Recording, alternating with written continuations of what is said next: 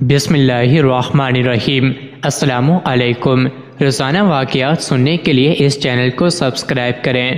حضرت احمد بن سعید رحمۃ اللہ علیہ اپنے والد محترم سے نقل کرتے ہیں، ایک گاؤں میں ایک عبادت گزار، خوبصورت اور نیک سیرت نوجوان رہتا تھا۔ وہ اپنا زیادہ تر وقت مسجد میں گزارتا اور ہر وقت یاد الہی میں مشغول رہتا۔ ایک مرتبہ ایک حسین و جمیل اور عقل مند عورت نے اس کو دیکھ لیا۔ دیکھتے ہی اس پر عاشق ہو گئی اور اس کے خیال میں گم رہنے لگے۔ بالآخر جب محبت شدت اختیار کر گئی تو وہ راستے میں کھڑی ہو گئی۔ کچھ دیر کے بعد وہ نوجوان مسجد کی طرف جاتا دکھائی دیا۔ وہ اس کی طرف لپکی اور کہا، نوجوان، میں تجھ سے ایک بات کرنا چاہتی ہوں، میری بات سن لو، پھر جو چاہے کرنا۔ اس شرم و حیا کے پیکر نوجوان نے جب ایک غیر محرم عورت کی آواز سنی تو اس کی طرف متوجہ نہ ہوا اور نگاہیں جھکائے تیزی سے مسجد کی طرف بڑھ گیا۔ جب مسجد سے گھر کی طرف آنے لگا تو وہی عورت ملی اور کہنے لگی، اے نوجوان، میری بات سن، میں تجھ سے کچھ کہنا چاہتی ہوں۔ نوجوان نے نگاہیں جھکائے جواب دیا، یہ تہمت کی جگہ ہے، میں نہیں چاہتا کہ لوگ مجھ پر تہمت لگائیں۔ عورت نے کہا، واللہ میں تیری حالت سے اچھی طرح خبردار ہوں، لیکن میں اپنے نفس کے ہاتھوں مجبور ہوں۔ میں خوب جانتی ہوں اتنا معمولی سا تعلق بھی لوگوں کے نزدیک بہت بڑا ہے۔ تجھ جیسے نیک خصلت اور پاکیزہ لوگ آئینے کی طرح ہوتے ہیں، چھوٹی سی غلطی بھی ان کو داغدار بنا دیتی ہے، لیکن میں کیا کروں، میں بے بس ہوں۔ میرے دل کا حال یہ ہے کہ ہر وقت تیری یاد میں تڑپتا ہے اور میرے جسم کے تمام اعضاء تیرے ہی طرف متوجہ ہیں۔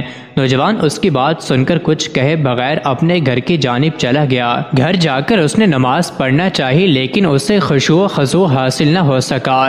بالآخر اس نے ایک خط لکھا اور باہر آیا تو دیکھا کہ وہ عورت اسی جگہ کھڑی ہے۔ نوجوان نے جلدی سے خط اس کی طرف پھینکا اور واپس چلا گیا۔ عورت نے خط اٹھایا اور بےتاب ہو کر پڑھنے لگی۔ خط میں لکھا تھا، اللہ کے نام سے شروع کرتا ہوں۔ اے عورت، یہ بات اچھی طرح ذہن نشین کر لے کہ یہ بندہ جب اللہ کی نافرمانی کرتا ہے تو اللہ پاک اس کو درگزر فرماتا ہے، جب دوبارہ گناہ کرتا ہے تو اللہ پاک اس کی پردہ پوشی فرماتا ہے، لیکن جب بندہ اتنا نافرمان ہو جاتا ہے کہ گناہوں کو اپنا اڑنا بچھونا بنا لیتا ہے تو اللہ پاک اس سے سخت ناراض ہو جاتا ہے، اور اللہ کی ناراضگی کو زمین و آسمان، پہاڑ، شجر و حجر، کوئی بھی چیز برداشت نہیں کر سکتی۔ پھر کس میں ہمت ہے کہ وہ اس کی ناراضگی کا سامنا کرے؟ اے عورت، اگر تو اپنے بیان میں جھوٹی ہے، میں تجھے وہ دن یاد دلاتا ہوں جس دن آسمان پگھل جائے گا اور پہاڑ روئی کی طرح ہو جائیں گے اور تمام مخلوق اللہ کے سامنے گھٹنے ٹیک دے گی۔ اللہ کی قسم، میں اپنی اصلاح میں کمزور ہوں، پھر بھلا میں دوسروں کی اصلاح کیسے کر سکتا ہوں؟ اگر تو اپنی باتوں میں سچی ہے اور واقعی تیری کیفیت وہی ہے جو تو نے بیان کی، تو میں تجھے ایک ایسے طبیب کا پتہ بتاتا ہوں جو ان دلوں کا بہترین علاج جانتا ہے، جو مرض عشق کی وجہ سے زخمی ہو گئے ہوں اور ان زخموں کا علاج کرنا خوب جانتا ہے، جو رنج و غم کی بیماری میں مبتلا کر دیتے ہیں۔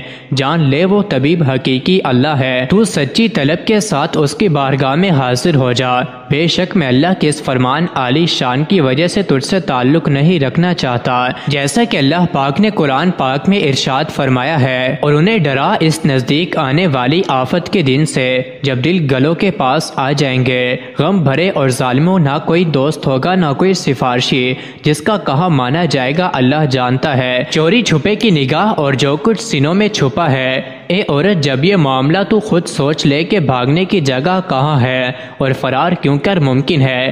عورت نے خط پڑھ کر اپنے پاس رکھ لیا۔ کچھ دن بعد پھر اسی راستے پر کھڑی ہو گئی۔ جب نوجوان کی نظر اس پر پڑی تو وہ واپس گھر کی طرف جانے لگا۔ عورت نے پکار کر کہا، اے نوجوان، واپس نہ جا، اس ملاقات کے بعد پھر کبھی ہماری ملاقات نہیں ہوگی، سوائے اس کے کہ بروز قیامت اللہ کی بارگاہ میں ہماری ملاقات ہو۔ اتنا کہہ کر وہ زور زور سے رونے لگی اور روتے روتے کہنے لگی، جس پاک پروردگار کی دست قدرت میں تیرے دل کے اختیارات ہیں، میں اسی سے سوال کرتی ہوں کہ تیرے بارے میں مجھ پر جو معاملہ مشکل ہو گیا ہے ہے وہ اسے آسان فرما دے۔ پھر وہ عورت نوجوان کے قریب آئی اور بولی، مجھ پر احسان کر اور کوئی ایسی نصیحت کر جس پر میں عمل کر سکوں۔ نوجوان نے سر جھکائے نظریں نیچے کیے جواب دیا، خود کو اپنے نفس سے باز رکھ، نفس کی خواہشات سے بچ، میں تجھے اللہ کا یہ فرمان یاد دلاتا ہوں، اور وہی ہے جو رات کو روحیں قبض کرتا ہے اور جانتا ہے جو کچھ دن میں کماؤ۔ یہ آیات کریمہ سن کر عورت نے اپنا سر جھکایا اور پہلے سے بھی زیادہ زور زور سے رونے لگی۔ کچھ پر بعد دیکھا تو نوجوان جا چکا تھا۔ وہ عورت اپنے گھر چلی آئی اور پھر عبادت و ریاضت کو اپنا مشغلہ بنا لیا۔ ہر وقت یاد الہی میں مشغول رہنے لگی، جب بھی یاد آتی اس کا حق منگوا کر آنکھوں سے لگا لیتی۔ ایک مرتبہ کسی نے پوچھا، تجھے اس طرح کرنے سے کیا ملتا ہے؟ وہ کہنے لگی، میں کیا کروں، یا میرے لیے اس کے علاوہ کوئی علاج ہے؟ وہ دن بھر یاد الہی میں مصروف رہتی، جب رات ہوتی تو نوافل ادا کرتی اور بالآخر اسی طرح عبادت و ریاضت کرتے کرتے اس جہان فانی سے رخصت ہو گئی۔ مزید ایسے ہی ویڈیوز کے لیے چینل کو ضرور سبسکرائب کریں۔